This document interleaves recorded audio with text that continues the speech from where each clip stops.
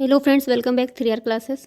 हम लोग पढ़ रहे थे भारतीय इतिहास पूर्वावलोकन घटना चक्र का। हमारा टॉपिक था गुप्त एवं गुप्तोत्तर युग।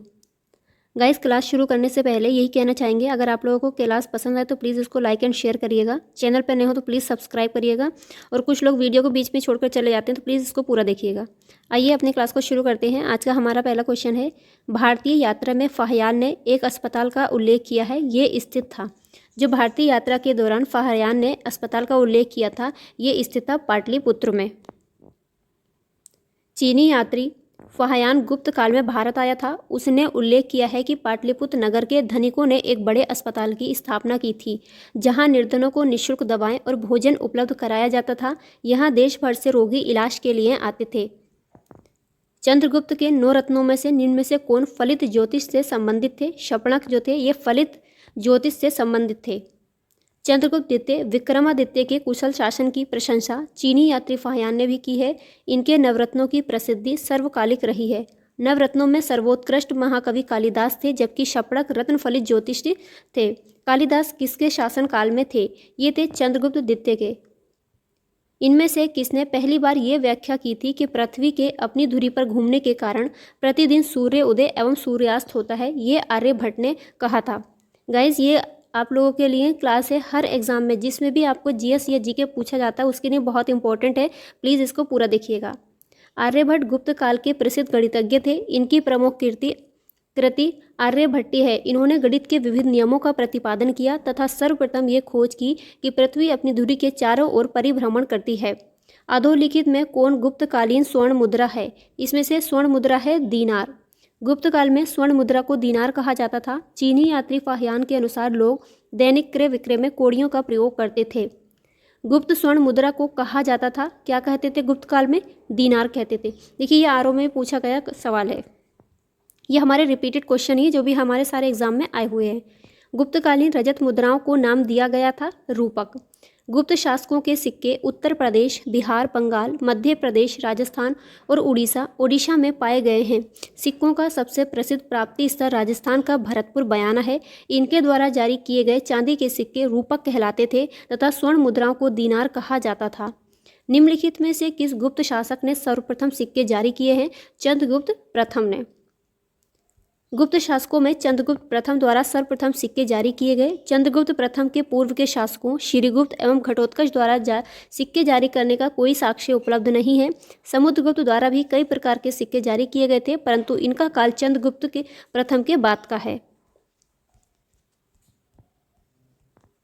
अगला क्वेश्चन है, गुप्त काल में लिखित संस्कृत नाटकों में स्त्री और शूद्र बोलते थे, प्राकृत भाषा बोलते थे। यहाँ भी इनके साथ में भेदभाव होता था। स्त्री और शूद्र होते थे वो प्राकृत बोलते थे, जब ब्राह्मण लोग होते थे वो संस्कृत बोलते थे। गुप्त काल में लिखित संस्कृत नाटकों में स्त्री और शूद्र प्राकृत भाषा बोलते थे, जबकि उच्च वर्ग के लोग संस्कृत भाषा बोलते थे। सती प्रथा का प्रथम अभिलेखीय साक्ष्य प्राप्त होता है एरन अभिलेख से। ये हम पिछली क्लासेस में भी पढ़े हैं। सती प्रथा का प्रथम अभिलेखीय साक्ष्य एरन से प्राप्त हुआ है। यह अभिलेख 510 ईस्वी का है, जिसमें गोपराज नामक सेनापति की स्त्री के सती होने का उल्लेख भी किया गया है। गुप्त संवत की स्थापना किसने की थी? चंद्रगुप्त प्रथम ने। गुप्त वंश का प्रवर्तक चंद्रगुप्त प्रथम था और इसकी प्रारंभ तिथि 319 ईस्वी है। सूची 1 को सूची 2 से मिलाना है। अशोक है, इसको क्या नाम दिया गया था? इन लोगों का इनका नाम देखेंगे। चंद्रगुप्त द्वितीय को जैसे विक्रमादित्य कहा जाता था।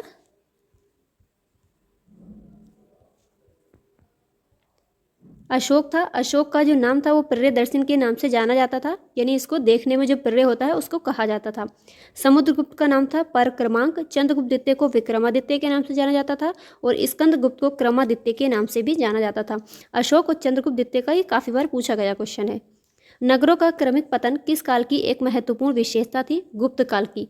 गुप्त काल में नगर क्रमिक पतन की ओर अग्रसर हुए। संपूर्ण गंगा घाटी में जो शहर पहले अत्यंत समृद्ध अवस्था में थे, उनमें से अधिकांश को गुप्त काल में या तो त्याग दिया गया या वहां के आवासन में पर्याप्त विघटन हुआ। पाटलिपुत्र जैसा प्रमुख नगर हुइनसांग के आगमन तक गांव बन गया था।